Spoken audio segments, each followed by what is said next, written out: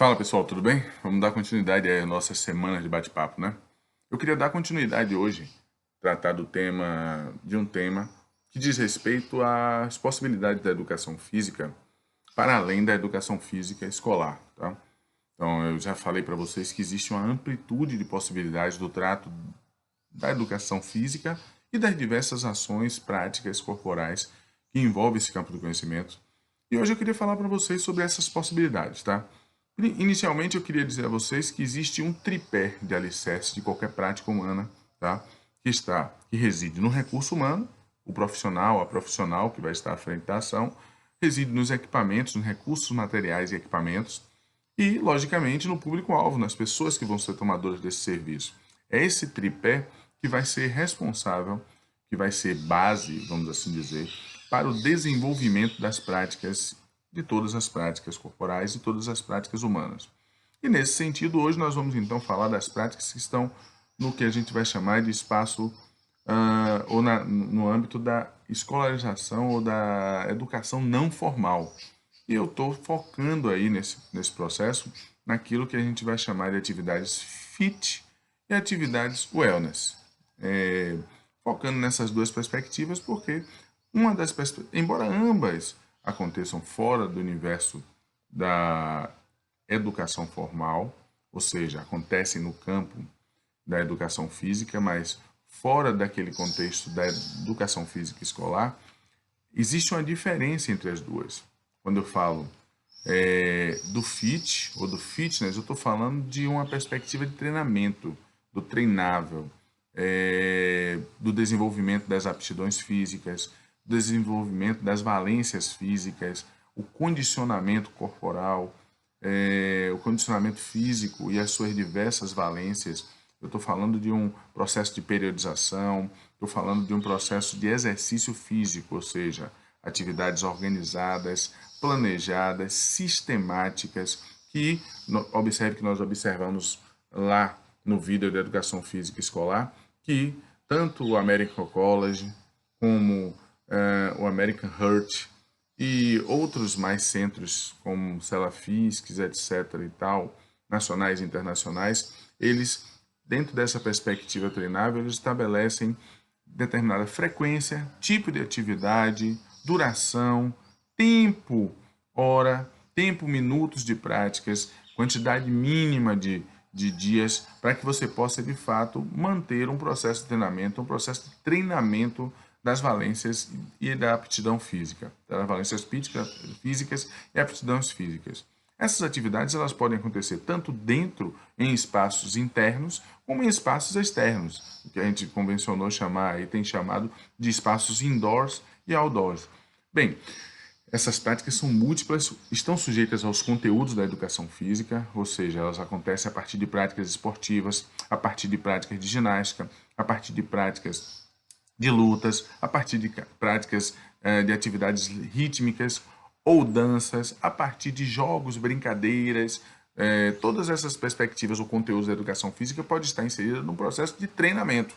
Treinamento, e aí eu volto a falar, esse treinamento ele vai precisar ser alicerçado por um profissional que tem competências e habilidades, ele vai precisar estar em um espaço propício para esse desenvolvimento de ação ou num espaço que vai se adaptar para esse tipo de atividade e, logicamente, utilizando-se de uma série de equipamentos específicos àquela modalidade, àquele tipo de atividade. Em compensação, e aí também, vamos assim pensar, além disso, vai ter que estar sendo observadas as características do próprio sujeito, do público-alvo, do sujeito que vai estar envolvido nessa prática.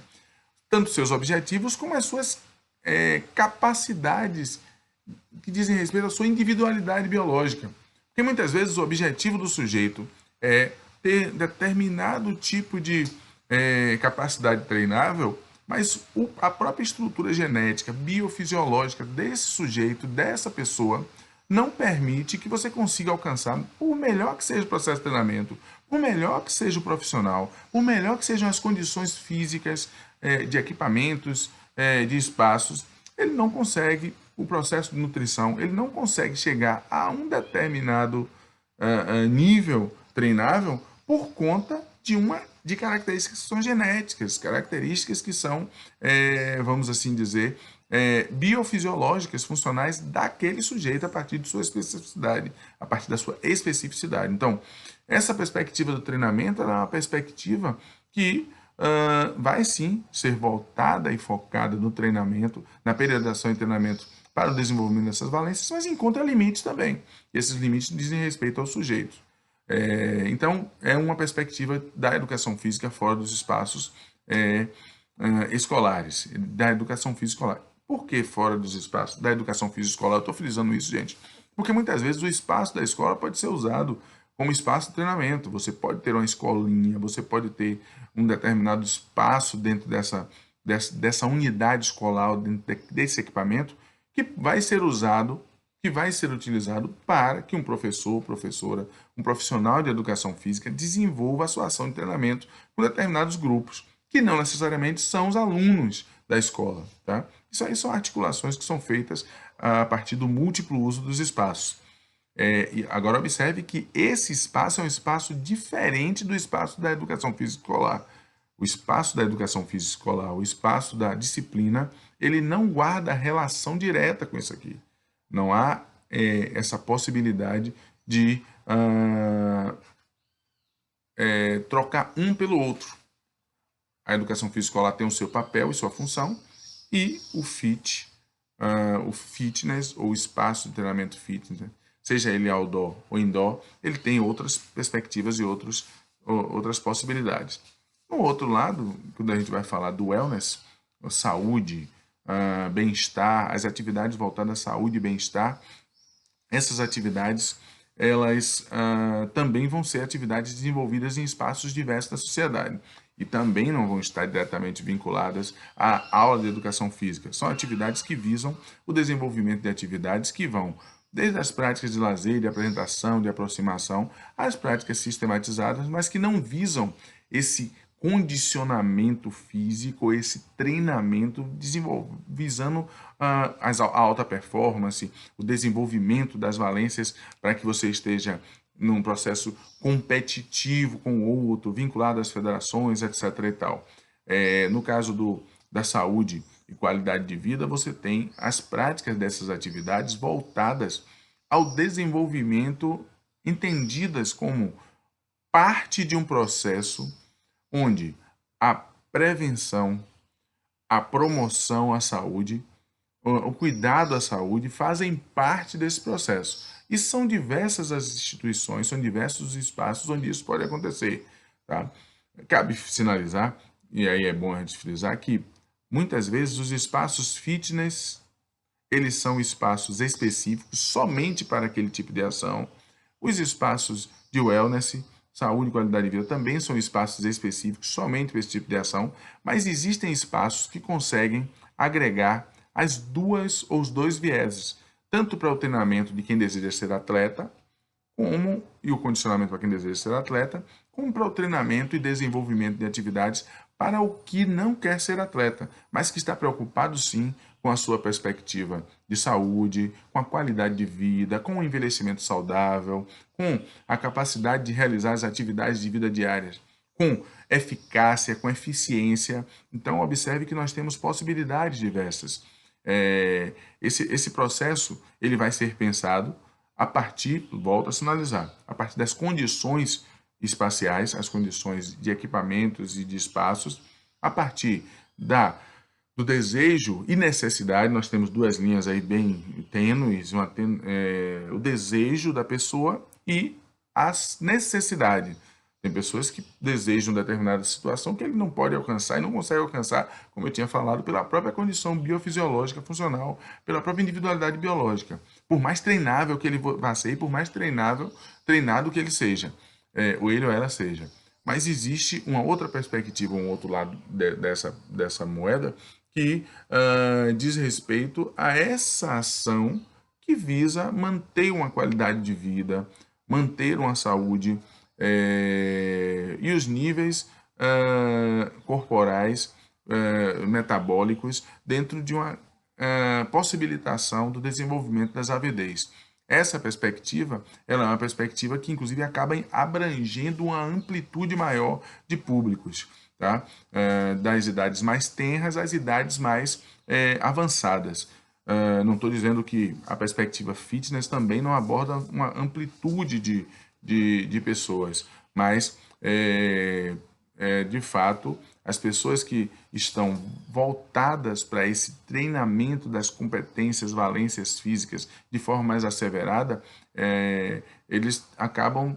Existem estudos, inclusive, que determinam, condicionam, recomendam determinados tipos de práticas, determinados tipos de formas treináveis em idades, a partir de idades cronológicas diferentes, a partir de condições diferentes de cada sujeito, de cada pessoa.